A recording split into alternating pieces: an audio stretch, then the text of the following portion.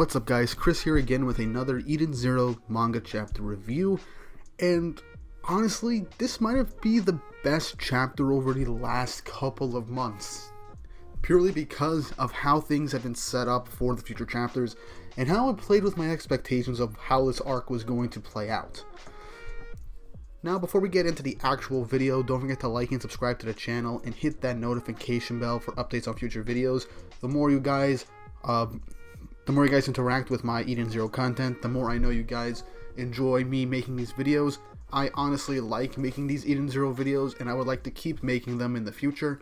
So please show your support, and this will also help the algorithm further recommend my videos for people who are getting into Eden Zero or Eden Zero fans who are looking for someone to hear opinions on and talk about these recent chapters and recent developments in the story.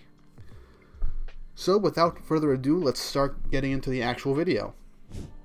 Now, in the previous chapter, not too much happens. It was more or less just us seeing a big space battle between Eraser and Shura'S forces, and the Eden Zero crew getting ready to put out an attack plan on how they were going to get on to Planet 66. And the plan was basically that the Oasis Rebel Army was going to go out, take on a crap ton of Shura'S fleet, to open up a path, no matter how small it was, to get the Eden Zero to get onto the planet's surface. And this does succeed. We do get to see some really nice space battles. Short, but pretty damn cool. And I like how the end of last chapter basically mirrored the attack on Beliogoa, which I just realized in the last couple times I was mentioning that arc with Drac and Joe. It was not, I was saying Beliogorge, it was Beliogoa. So I apologize for basically doing misinformation. But yeah, so it's basically a mirror image of what happened in the last big arc against the Irrational Space Galactica, with the Eden Zero just crashing through the clouds in an epic panel, and Shura realizing that this is Ziggy's old ship, but Ziggy isn't the one piloting it, thus setting us up for the Eden Zero crew to land on the planet and encounter Shura'S forces. Now we officially start 141, titled A World of Ash. And before we get into the actual chapter, let me just say I like this 2-page color spread of the entire Eden Zero crew just hanging out, having dinner. Really gives me some Straw Hat Pirate vibes, some nice One Piece vibes. And this is not a knock at Eden Zero. I just like seeing color pages like this, where just the main cast is just chilling and hanging out like actual friends do. It's just really nice, and seeing him play and seeing Mashima play around with the characters, certain facial expressions and their outfits. It's just really nice to see. It shows that he's having a lot of fun drawing these characters. And one thing I like to say is that the very first chapter we actually get a brief introduction of the 4 major players in this arc at the moment. Shiki from Eden Zero, Shura from the Poseidon Empire, and I have to say, this is actually the first time we get actual confirmation of what Shura's hair color is. It's green, which, okay, that wasn't too surprising. I thought it was gonna be blonde, honestly, but that's the one thing you can't really tell about manga since it's in black and white. You can't always tell someone's hair color unless it's mentioned, or there's a color spread, or a color page. But yeah, we got Shura, we have Goodwin of the Rebel Army, and finally we have Eraser from the Irrational Space Interstellar. So this chapter starts off where we left off last time, with the Eden Zero crashing right into the planet's atmosphere as they begin flying towards the base of Shura, where we see a giant dome. And it is revealed that this planet is in fact known as the Planet of Ash, and it will basically have a very strong effect on the human body if they are outside for a very long period of time. A little bit of ash won't really hurt them, as Sister also reaffirms that if anything happens to them, she will heal them. And I like how the crew is basically saying that they're basically going to try and break through the dome, similar to what they did on Beliogor, and even Klein remembers what they did. However, Witch did say that this is completely different than Beliogor. It's basically a lot stronger and has several enemy ships defending the actual structure, so it won't really be the same as Beliogor. So Witch comes up with the idea that they're going to use the Eden Zero to be a diversion for all those defending ships head on, as they detach another force to go underground into the actual city. And I like how we get real confirmation that the O-Link system will work on all androids, including the 4 shining stars. So I like that we got official confirmation that this isn't just going to work on whatever bots that are in the Aoi Cosmos at the time, and that basically the Eden Zero crew is immune. This really does amp up the stakes, because if they lose, we lose 3 fan favorite characters and 3 of the strongest characters on their crew. As Shiki promises that he won't let that happen, all of a sudden the ship comes to a major halt, throwing everyone onto the ground. And it seems that the Eden Zero is just stopped in mid-air, as they have no idea what's going on. Hermit says that there's no real abnormalities with the ship's power system, that things are all good. As everyone's wondering what's going on, Witch sees that this is ether, and Laguna looks down along with Shiki and Pino, saying that this is freaking insane. You gotta be kidding me. As everyone's just straight up, it's impossible, and that the Eden Zero was stopped by one person, Shura, standing on the planet's surface, holding his hand out, using his gravity powers to keep the Eden Zero suspended in midair, all power of the Force style. And okay, I gotta say this. The gravity powers are more or less like the Force now, with how Shura has been using it now. He's stopped a full-on battleship in mid-air. And I like the reactions to everyone on the crew saying that he's way stronger than we thought.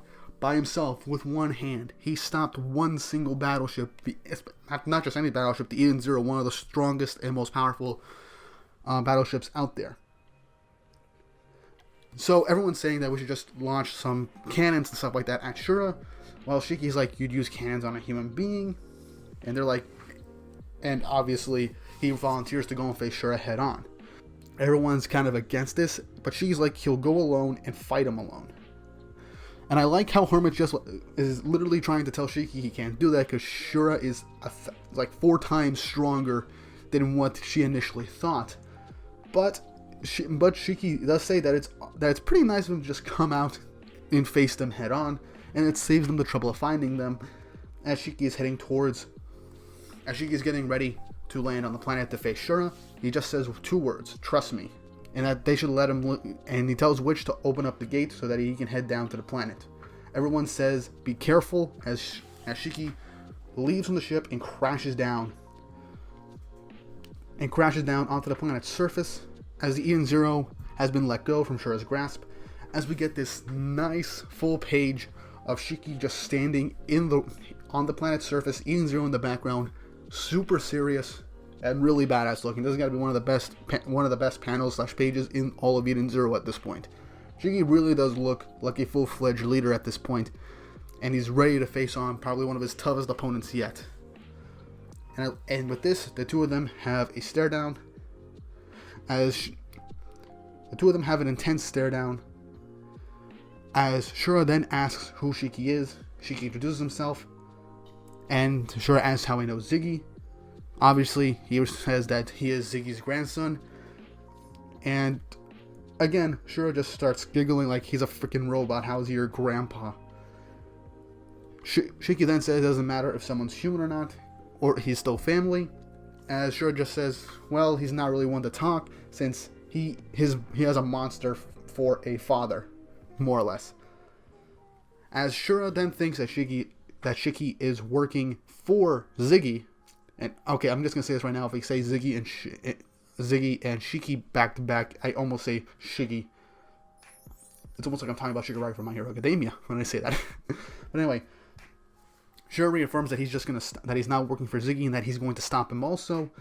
As Shura gets up in his face, saying that, basically showing how entitled and arrogant he is, saying that basically that Shiki is a peasant. Commoners are supposed to live humble lives, and that they don't get to go around expecting to get everything they want.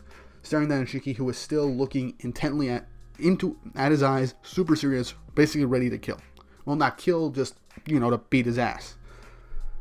Shura reaffirms that he is one of the royal family and is allowed to do whatever the hell he wants.